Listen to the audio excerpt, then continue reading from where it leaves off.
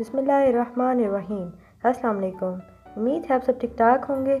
आज हम बना रहे हैं बहुत ही मज़ेदार सा, बहुत ही टेस्टी सा काले चने का पुलाव। इसको बनाना बहुत ही आसान है और ये बहुत ही मज़े का होता है।